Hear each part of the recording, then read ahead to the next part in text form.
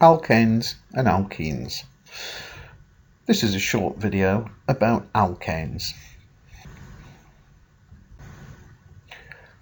Because the main use of hydrocarbons is as a fuel, there is no point in going to the effort to separate them into individual hydrocarbons.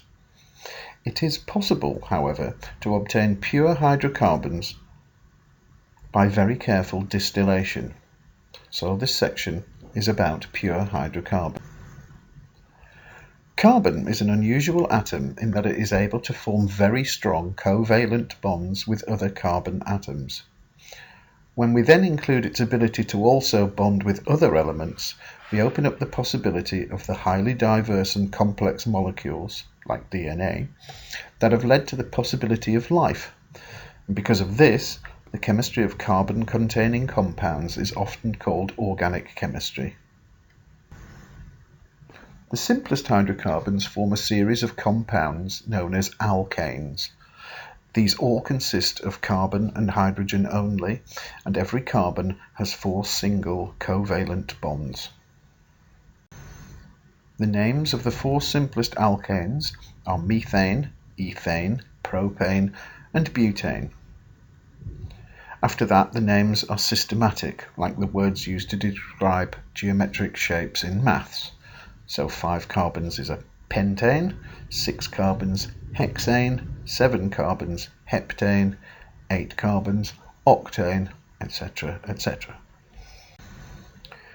Alkanes all have very similar structures. They all consist of carbon and hydrogen only, and every carbon has 4 single covalent bonds.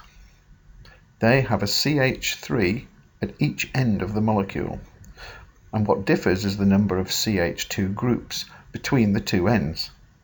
It is possible to build up a series by simply adding an extra CH2 group as you go.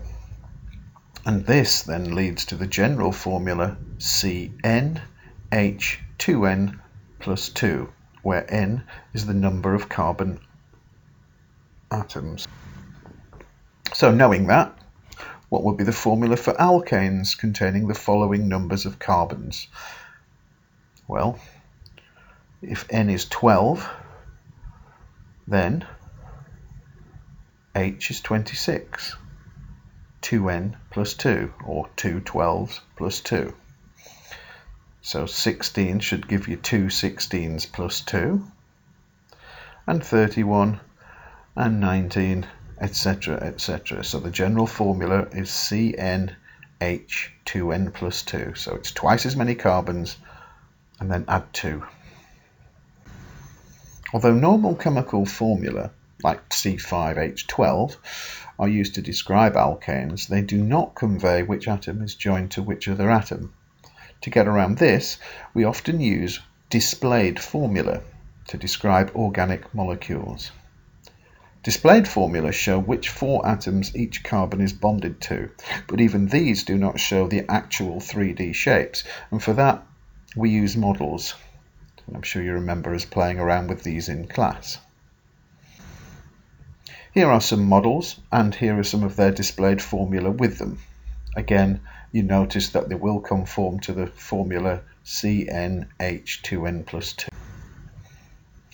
It's interesting to note that when you see the model here, that the carbon chain isn't really straight. There are angles between the bonds. Alkanes of the same formula can have different arrangements of atoms, and such different arrangements are known as isomers. And 2 isomers of butane, C4H10, are shown here.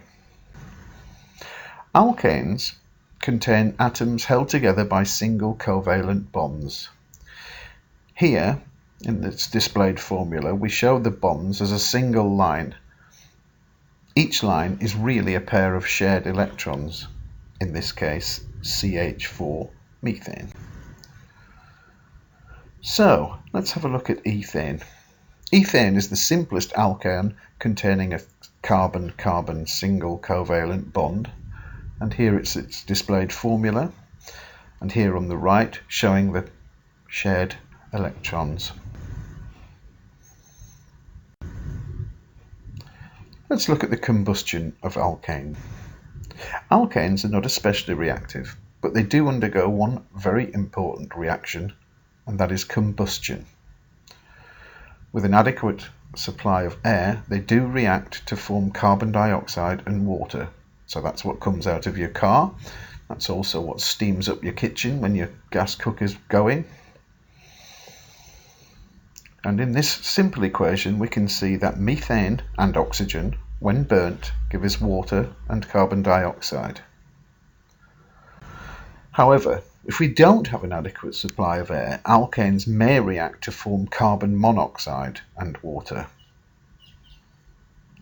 which is extremely important to us because carbon monoxide is highly poisonous, and that's why you need your gas boiler serviced to make sure that you're getting enough air in to burn the gas efficiently.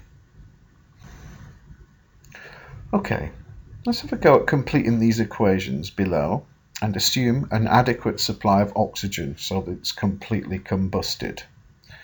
Now you may want to write some table of elements and do some counting up as we did in class for this one because they're not particularly easy. However,